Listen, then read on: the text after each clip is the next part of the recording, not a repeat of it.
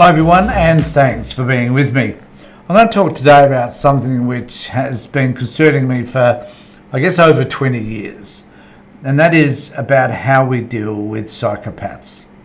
Now, I'm just going to bring up the definition of psychopathology so that you can better understand what it is that I'm talking about here.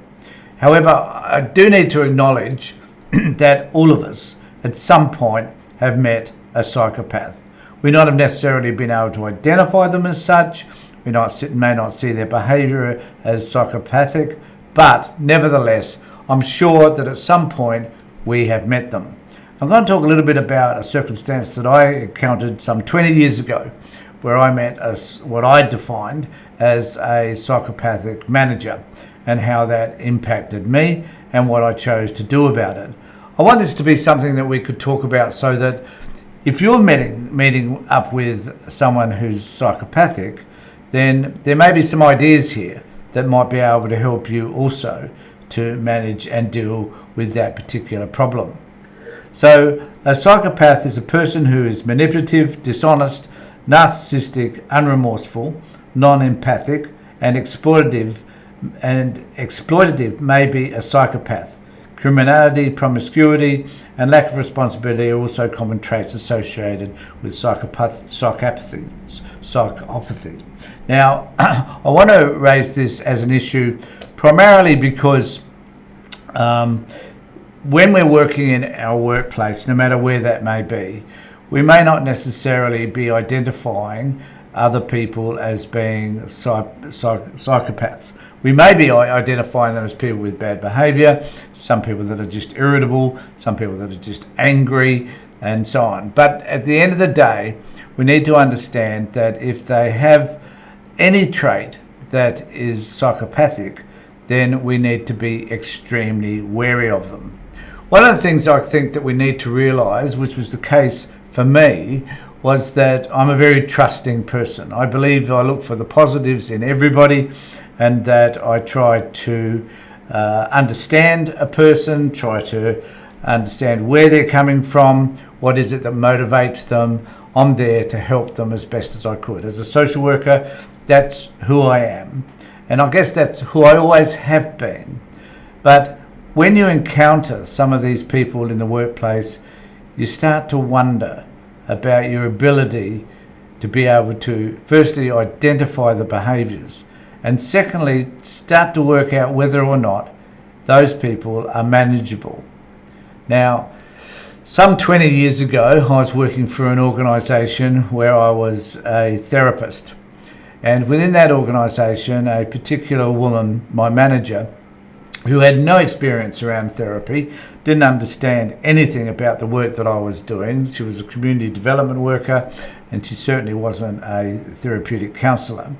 However, every year for about 5 years, I worked there for 7 years, every year for a number of years anyway, I would find myself dragged before the HR with an issue in relation to my particular practice.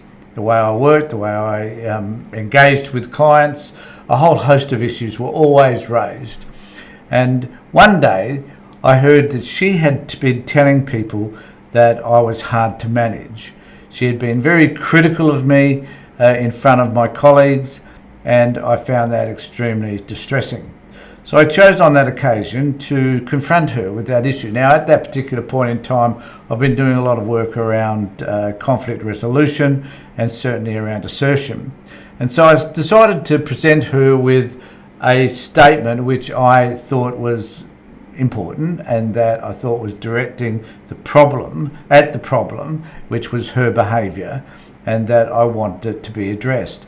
So I used a 4-part statement, and I basically said to her, when I'm talking to other people and they tell me that you've been saying this, this and this about me, I feel betrayed, I feel dishonoured, I feel sad, I feel resentful.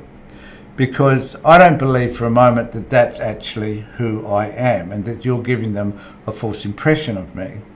So I prefer you to cease from talking to them about those issues. And if you have specific issues with me, you to come and talk to me directly rather than to them.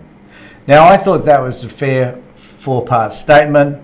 It was the issue, it was how I felt about that issue, it was what that issue meant to me, and what I prefer that person to do. After I'd said that statement to her, she said to me, Tony, there are people in this organisation who simply don't like you. In other words, she didn't hear what I was saying, and she wasn't prepared to take on board anything that I had said. At that moment, I decided that the best thing to do was never to engage with her again in relation to any of those issues, and later on it got to a point whereby I had to take out a work cover claim against the organisation for the way they treated me, and they did give me a payout. But the point that I want to make is that in our workplace we often encounter people like this, and we're often confused about what to do about them. Now, I had the skills to be able to confront her in the best possible way that I could, and that didn't work. And what I've come to discover is that if you're working with someone who has a psychopathic trait, the best thing to do is to avoid them altogether. Now, it's not always possible if that person happens to be your manager, but what you can do is start to record everything they say and do. Usually for psychopaths, it is their behaviour which will at the end of the day catch them out. Now, the problem that we have is that firstly, most of us are trusting people, and we want to believe that we can trust those people that we're working with. But there's another aspect as well which needs to be taken into account, and that is that not everybody that we're working with can be trusted. And once that trust is destroyed, we have a couple of decisions to make. The first one is whether you should stay there or not, and I eventually made the decision to leave because it was untenable. And the other one to remember is that psychopaths often people that other people enjoy their company, that they're able to ingratiate themselves with others, particularly management, in a way which makes them to seem to be the truth tellers, if you like, and anybody else that contradicts them as being somebody that is being disrespectful, that is not telling the truth about who they are. Now, in this particular case that I cited, the woman that I was working with, my manager, was great at being able to spin a yarn, tell a joke, make it seem that she really was in control of everything, that she was a really lovely person. She also had some physical issues of her own, which most people were empathetic about. But at the end of the day, she was a real piece of work.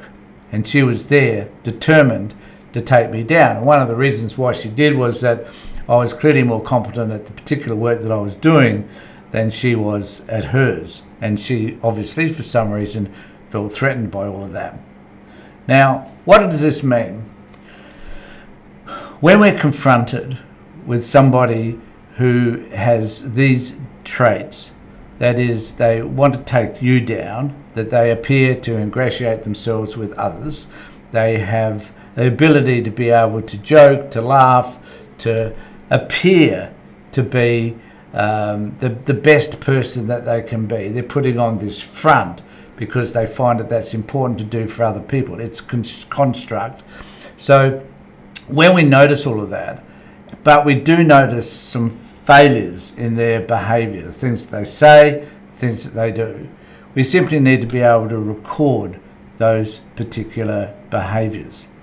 And at some point, we need to be able to take those behaviours to management and start to talk to them about the behaviours that are affecting you.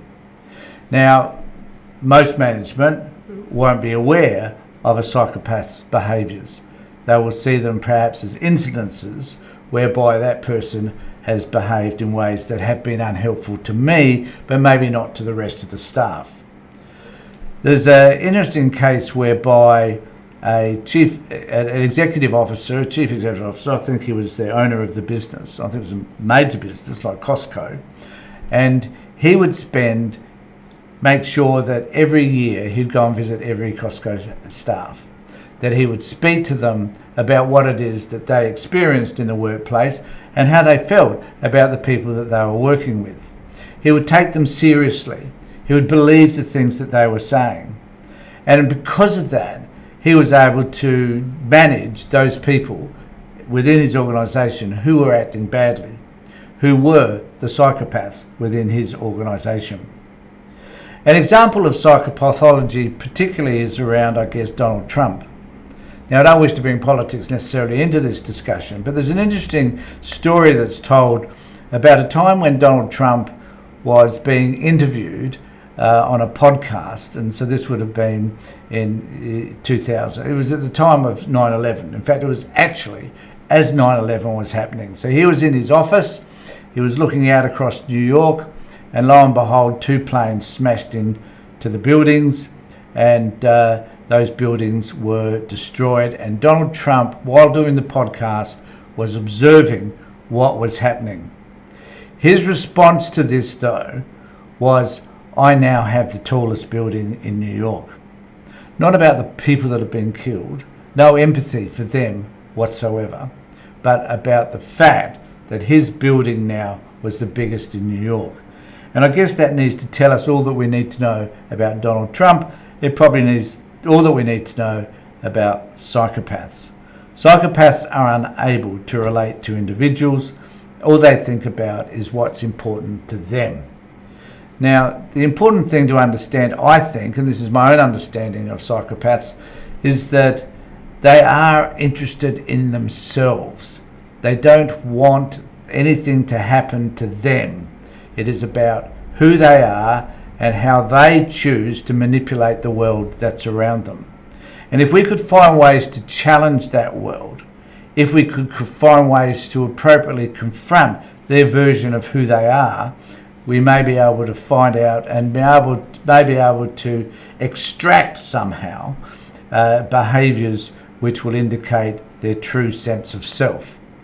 And you can do this by simply challenging their views. Do it politely, do it appropriately, but challenge the way that they're thinking. If they act badly towards you, remind them that they're acting badly towards you. Make sure that there are other people around you when you do make those accusations so that they can see what is actually happening. The other thing too, I think that's important, is to be able to collude with a group of people so that they can start to see the behaviours of the individual, and that they can then find strategies to be able to confront this person in the same way that you do. There's a terminology that I developed which was about a group of people doing the bullying. So when we're talking about bullying, it's a completely different issue, but it is about finding ways to get together with a group of people to find a similar behaviour that you could use to confront the bully. With psychopaths, it's the same thing. So a group of people that notice a particular type of behaviour all respond in the same way. So they might use a 4-part statement. They might write that this behaviour is unhelpful, that if they continue with this behaviour, I will make a report to HR. So there's a whole host of things that one could do in order to collude together so that everybody's on the same page. It's often very difficult to deal with psychopaths, I understand that to a large extent, they often will be and appear to be the winners. They can always convince other people that their story is the true story. And the reason for that is the psychopaths do lie. They know that they're lying, but if the lying fits with their narrative, and if it gives them the benefit they think that it will give, such as an election was stolen, e.g. Donald Trump, then that becomes their version of the truth. It doesn't matter whether it's true or not. What is important to them is that they can convince other people that that is their truth. So when we think of psychopaths, and if you're working with someone that you believe is a psychopath, just remember that you're not exactly hopeless or helpless, as a lot of people would tend to argue. That psychopaths, they don't have a disease. Actually, that's not true. Some people have a disease called Pick's disease, which actually causes certain neurological dysfunctions. But normally, 99% of the time, a psychopath is someone that's probably had some traumatic experience in their lives that has caused the lack of growth of certain neurological functions in their brain that means that they do not have empathy for others. They have a lot of empathy for themselves, they just don't have it for other people. So think about some of this. If you'd like to subscribe to my channel, I'll be making more of these types of videos over time, and I'd like to think that if you subscribe, you'll get notifications around those videos. And also, if you'd like to email me, you can email me at this particular address and I can get back to you. And if you'd like to make a comment, please make a comment below. Thanks everybody for being with me. Take care, look after yourselves and be safe.